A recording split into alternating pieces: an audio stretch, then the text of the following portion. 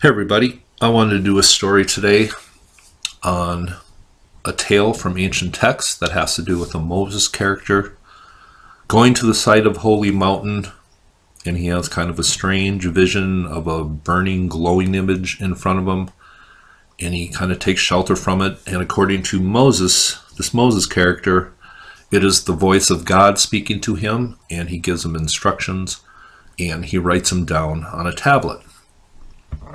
And this is the story of Thutmose IV and the dream stela. And this is exactly where the authors of the Bible took their story of Moses and the burning bush from. When you have so many parts of the story, or the foundation of the story, that are exactly the same, this is where the story comes from. The authors of the Bible were originally Egyptians themselves. They were proud of their home country, and they just took the stories of the pharaohs of the 18th dynasty of Egypt, and they just wove them into the stories of their Torah.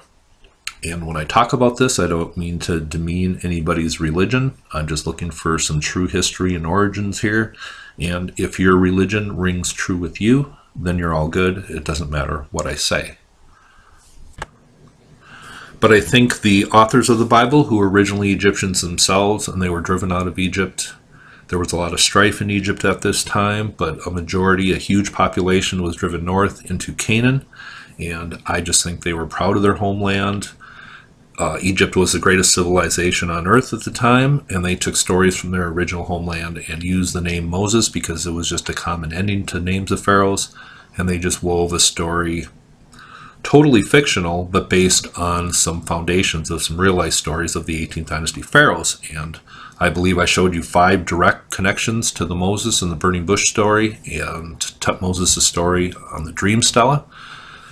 But what the dream stela says simply is Thutmose IV is out in the desert, and he takes refuge under a blinding midday sun, and he has a dream, and Thutmose states that God talked to him through the Sphinx and tells him that if he uncovers the Sphinx, that he will be named king or pharaoh of Egypt.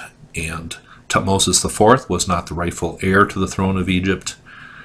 There seems to have been some strife with his brother. His brother, Prince Amenhotep's name was erased from stelas and other things around the Giza area, and there seems to be some clear strife in that family at this time, just like the biblical Moses story. But Thutmose uncovers the Sphinx, does massive restoration, builds a temple or two around there, and he was a pretty grandiose builder, and I believe he had a big enough ego where he put his face on the Sphinx. And I don't know why this isn't a more common theory among Egyptologists that Thutmose IV face is on the Sphinx. He had definite motive, he had incredible opportunity to, plus we know he did restoration. And a chair panel found in his looted tomb, it's one of the few things that was remaining, but this gold chair panel shows the body of the Sphinx with the face of Thutmose IV. And I believe on the dream stela text, and I will leave the entire text below. And by the way, the dream stela has been between the paws of the Sphinx since for about 3,500 years, and this picture was taken in the early 1900s when the Sphinx was clear to sand. But what it says in this dream stela, I actually believe gives us hints that Thutmose's face is on the Sphinx. For one thing, it talks about his beautiful face. It says, with a face as beautiful as that of his father. And there is a story I'm going to leave here below this website here, and it actually talks about what a good-looking guy Thutmose IV was, and it actually talks about kind of his long hair, and he was kind of a pretty boy pharaoh. And he actually had effeminate looks, and I know a lot of people say the Sphinx is a woman, but I guess Thutmose was actually kind of a pretty boy pharaoh. But with that said, going back to this dream stela, it also says this. It says, Thutmose, appearance of appearances, like Ra, the heir of Horus upon his throne. And that just reeks of me of saying that Thutmose' face is on the Sphinx.